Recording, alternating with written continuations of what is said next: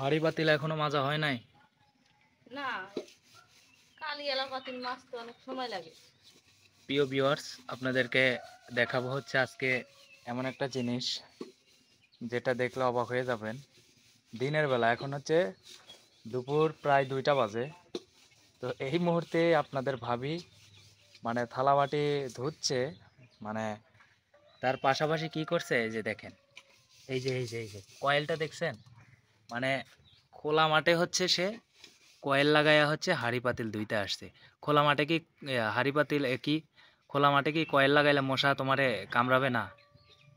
তাইলে মোর আটকানো আছে না, যেটুক মশার হাত থেকে বাঁচা যায়, কারণ প্রচুর মশা। হাঁড়ি ডিস- পাতিল দুবার আসলে দেখা যায় যে কামড় দেয়।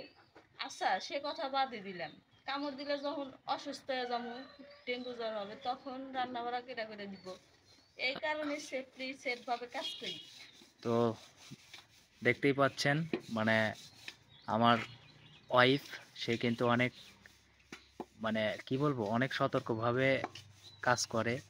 মানে থালাবাটি ধোয়ার সময় কয়েল নিয়ে আসে, তারপরে মানে যে কোনো, মানে যখন যে কাজটাই করে, রান্নাঘরে গেলেও রান্নাঘরে কয়েল নিয়ে যায়।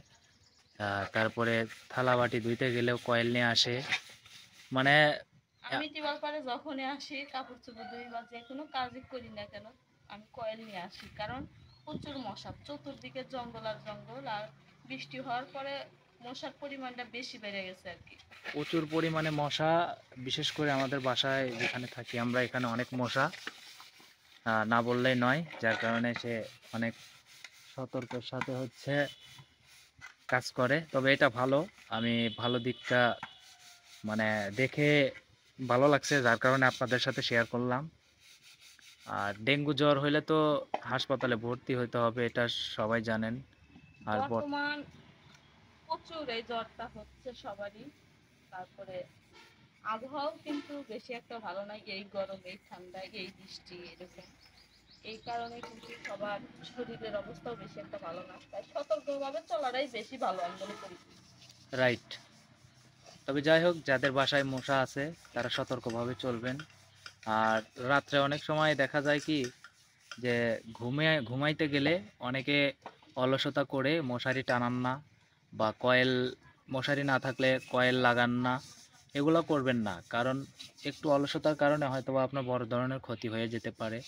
এই বিষয়টা অবশ্যই সতর্ক থাকবেন। মশারি থাকলে অবশ্যই মশারি টানাইয়া তারপরে ঘুমাবেন। এটা থাকা সতর্কভাবে ভালো। চলবেন, তাহলে আপনাদের ডেঙ্গু জ্বরের হাত থেকে রক্ষা পাবেন। বর্তমান অনেক মশা, ডেঙ্গু মশা, তারপরে হচ্ছে এই মশা তো আছেই, বিভিন্ন রকমের মশা হয়ে থাকে। তো যাই হোক, ওর এই পদ্ধতি দেখে আমার খুব ভালো লাগছে, যার কারণে আপনাদের সাথে শেয়ার করলাম। সবাই ভালো থাকবেন। আপনাদের কার কার কাছে ভালো আসসালামু লাগছে আলাইকুম। সবাই কমেন্ট বক্সে জানিয়ে যাবেন।